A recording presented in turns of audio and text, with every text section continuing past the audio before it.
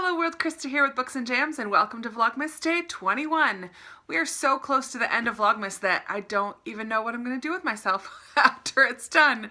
I've really enjoyed making videos every day. Hopefully I'll come up with a schedule that will work for me moving forward. That's a little more often than what I had been doing previously, but not quite an everyday thing. So today I have two things I want to do with you. I have two unboxings of packages that came in the mail. So I want to open those with you. I was hoping to have my BookTube Secret Santa package as well, but that hasn't come yet. So I'm hoping it comes tomorrow because I am traveling to New York tomorrow to go to my mom's house for almost a week. So I'm very excited to get on the road, and I have a lot of packing and wrapping and things to do tonight, but I wanted to film this first. And in addition to that unboxing, I'm going to do the Top 5 Wednesday for this week, which is fictional items that I would give as gifts. Top 5 Wednesday is a Goodreads group that is currently run by Sam from Thoughts on Tomes, and I've been having fun participating over the last couple weeks, and today I'm going to participate again. So let me start with that before I dive right into the unboxing. I actually had kind of a hard time coming up with 5 fictional items, and I know that a lot of people are probably saying Harry Potter items, and so I was trying to come up with some non-Harry Potter things, but let's be honest, there's a lot of fun things in Harry Potter that I would love to give as gifts. So there are a few Harry Potter items on here, as you shall soon see.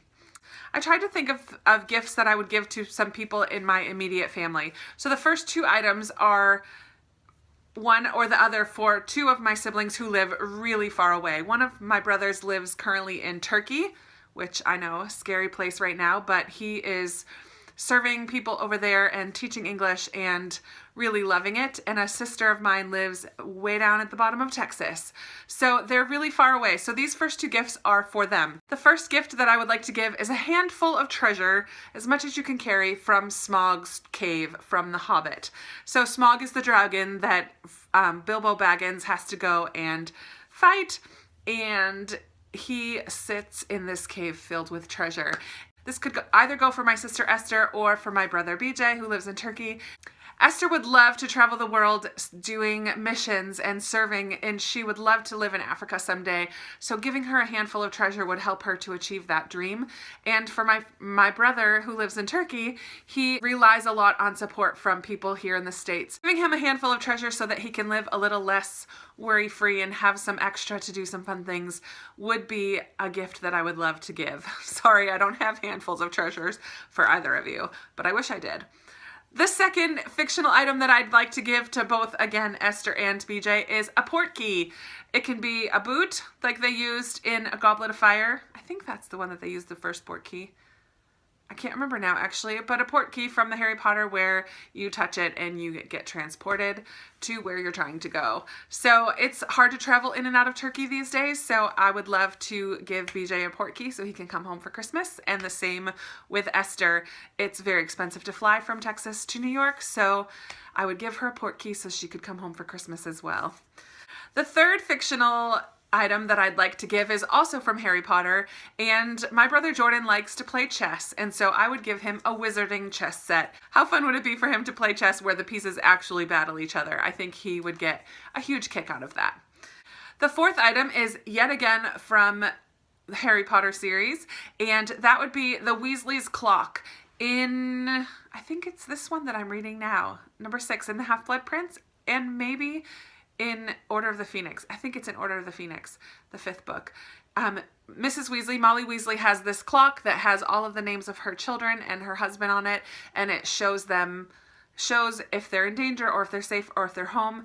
And there are a lot of kids in my family. I am the oldest of 8, and we are all kind of scattered all over, and I think my mom would love to have a clock that would tell her if we're safe and if we're coming home.